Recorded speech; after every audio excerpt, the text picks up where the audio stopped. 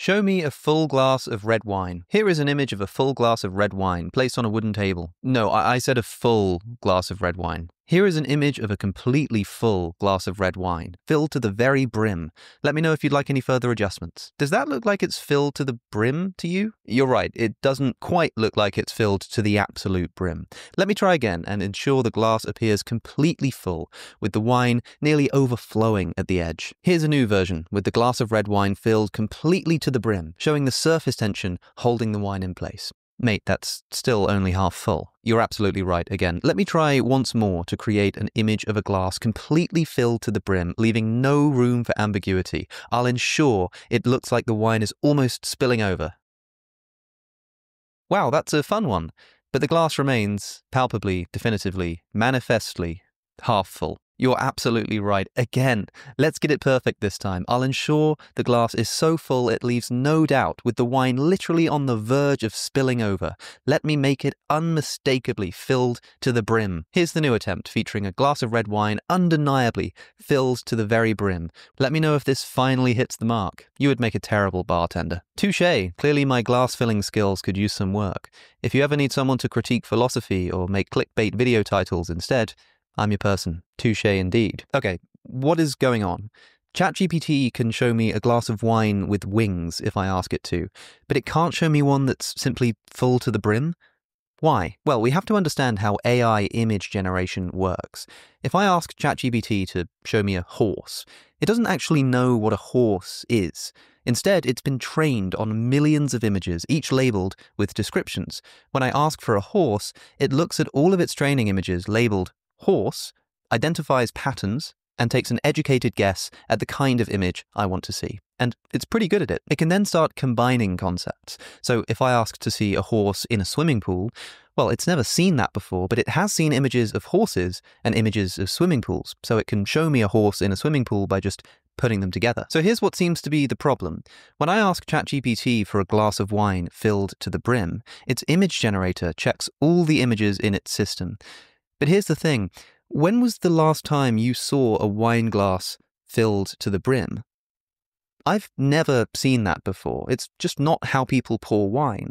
So there are probably barely any images of this in ChatGPT's dataset, and that's why it struggles to produce such an image. Now, you may think that this is just a language issue. Maybe ChatGPT assumes that in this context, full means normal drinking level. But even when I asked it to show me a random orange liquid in a wine glass up to the brim, without using the word full, it still couldn't do it. And comically, when I asked it for a wine glass overflowing with wine, it showed me the liquid overflowing through the middle of the glass. And it gets weirder, because this also works in the opposite direction. I asked for a glass of wine only a quarter full. It showed me a glass filled to a normal level. Then I asked for a wine glass only 1/10 full. I asked for one with a tiny drop of wine in it. Then I specifically asked for a tablespoon's worth of wine in a glass. Every single time, it failed. So it seems that ChatGPT can only produce a wine glass that's either completely empty or filled to a normal drinking level, but nothing in between and nothing more. And surprisingly, all of this might teach us something about the work of a famous philosopher from a few hundred years ago, whom you've probably heard of.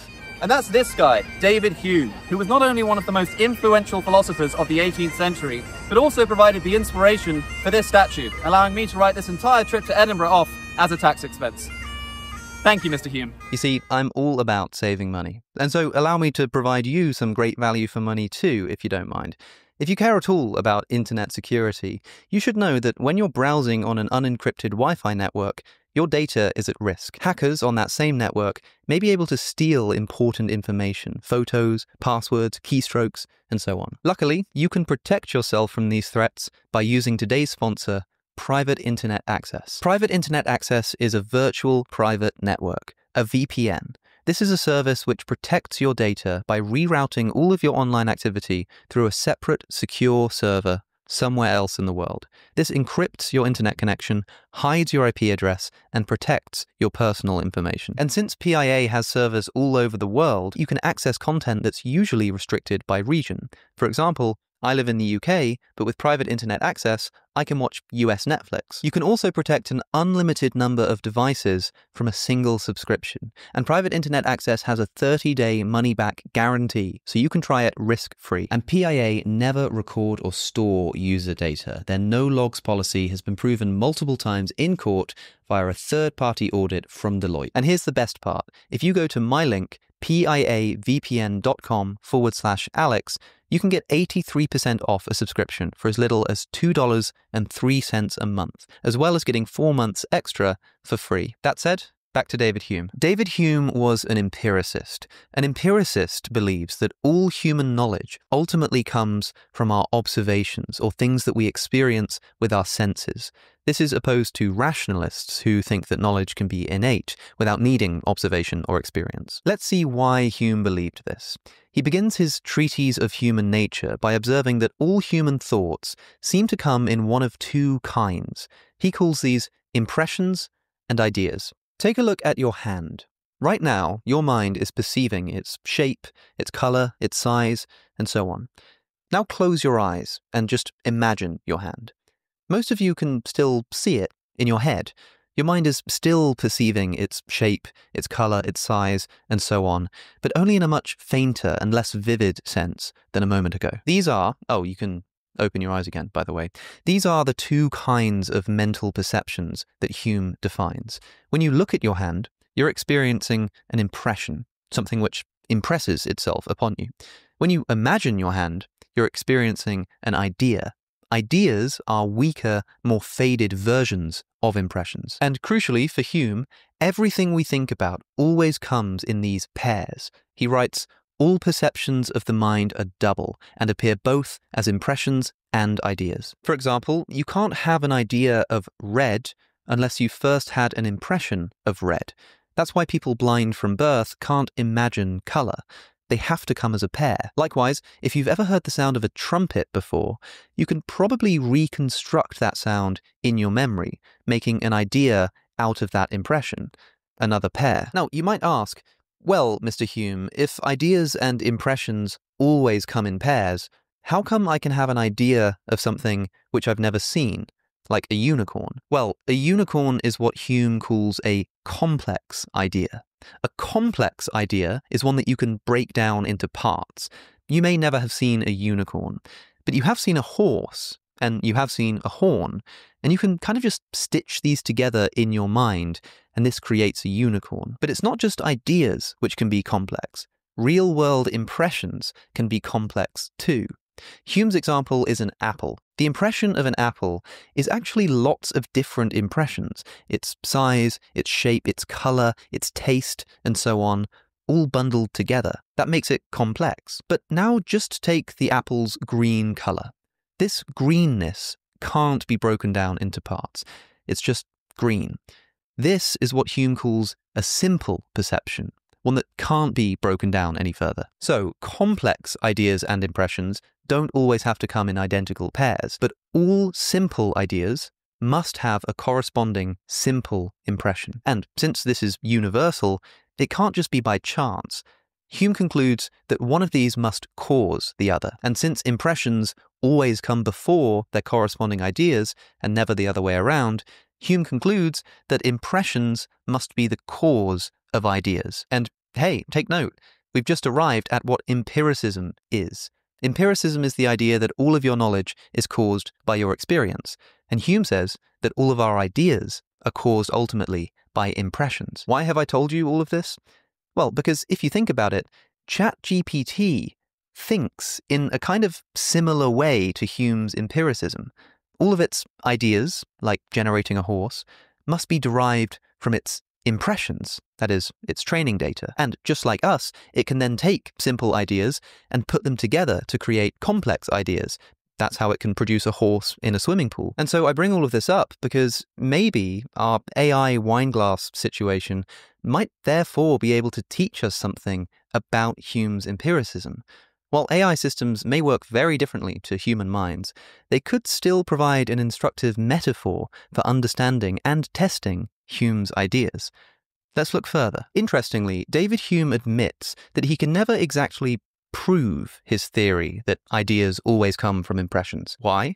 Well, because we can't go through every single possible idea a person can have and check that it does indeed break down into some corresponding impression universally. Instead, Hume challenges skeptics of his view to find a single counterexample to disprove his theory. He writes, "But if anyone should deny this universal resemblance between impressions and ideas, I know no way of convincing him but by desiring him to show a simple impression that has not a correspondent idea, or a simple idea that has not a correspondent impression. If he does not answer this challenge, as is certain he cannot, we may, from his silence and our own observation, establish our conclusion." So, it's a challenge. If you think Hume is wrong, all you have to do to prove it is provide a single counterexample. Just show a single, simple idea which has no corresponding impression. And Hume is certain it cannot be done. Except, unfortunately, there actually is a famous counterexample. Take a look at the colors on your screen. It's a scale from a dark shade of blue all the way up to a light shade of blue. But the shade in the middle is missing. Now, suppose somebody had never seen color before. They had no prior experience of blue whatsoever. If you showed them this scale, the question is this: would they be able to fill in the missing shade in their head without actually having to see it first? Most people intuitively think yes. But remember, for Hume, any particular color is a simple idea. So here, it seems like somebody can imagine a simple idea, the missing shade of blue, without having had any corresponding impression of that shade of blue. So this seems to be a counterexample, proving that David Hume's empiricism is false. It's a really clever idea. Oh, and I forgot to tell you who came up with it. This counterexample comes from the work of an 18th century Scottish philosopher called David Hume. Yeah, and I'm not talking like years later or something. I mean like 2 pages later.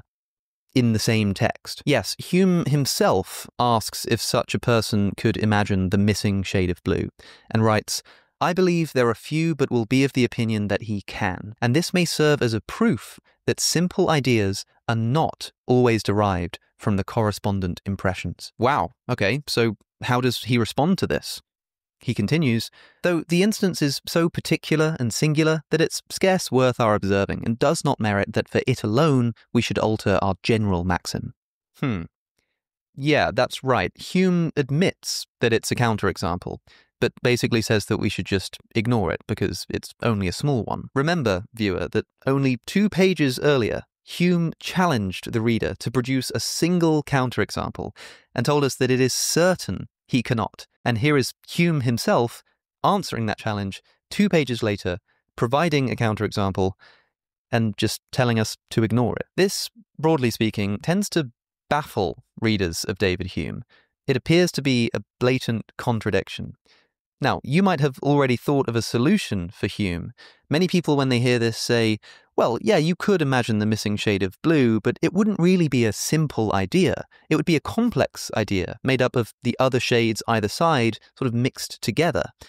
That's a fine suggestion, but weirdly, Hume himself offers no such explanation. He just admits that it is a counterexample to empiricism, and to most readers, the existence of such a counterexample should be enough to disprove a theory, but Hume just tells us to ignore it. But what if Hume was just wrong about this? What if most of us are wrong? I mean, most people assume, like Hume, that yeah, we could fill in the missing shade.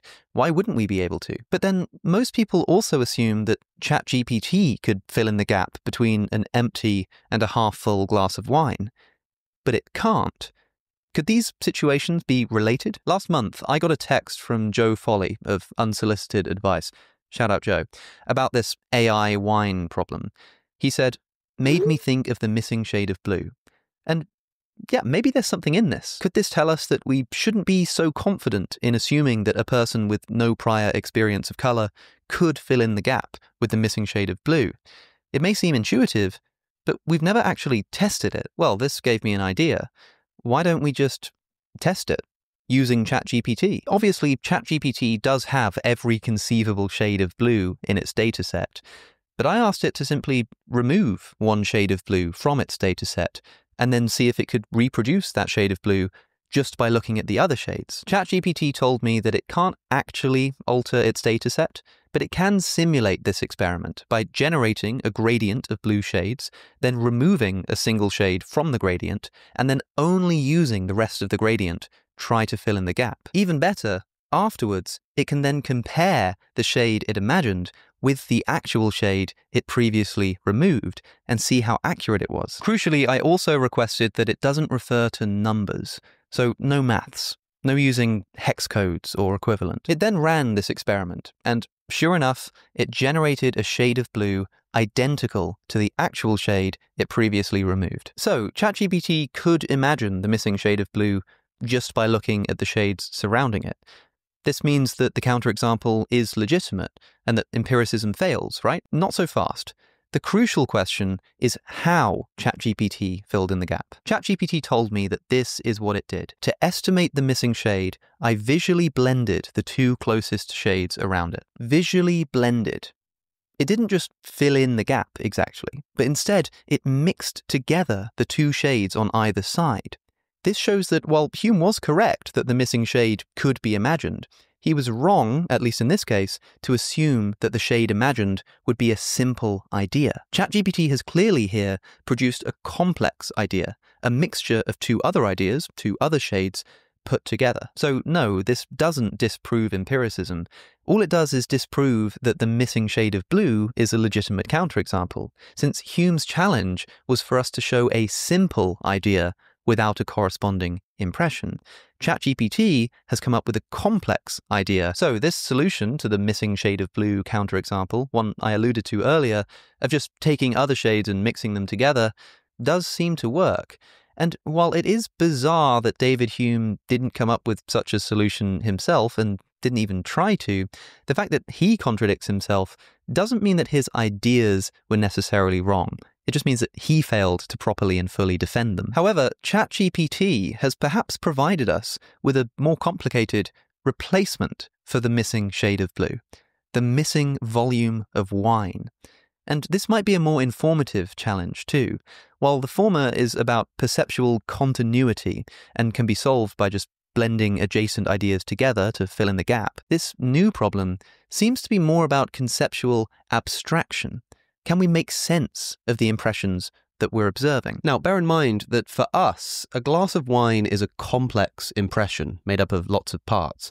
But ChatGPT never sees the wine glass get filled up. It just sees the completed image all at once. And so it seems to be treating images of wine glasses as a whole as simple impressions, not complex impressions as they appear to us. Well, okay, even if these are simple impressions, why can't ChatGPT then just combine the image of the empty glass and the image of the normally filled glass to produce a complex impression of a quarter-filled glass of wine? Well, I think it's because, crudely, if you just mix together an image of an empty wine glass and an image of a normally filled glass, let's do it on Photoshop right now.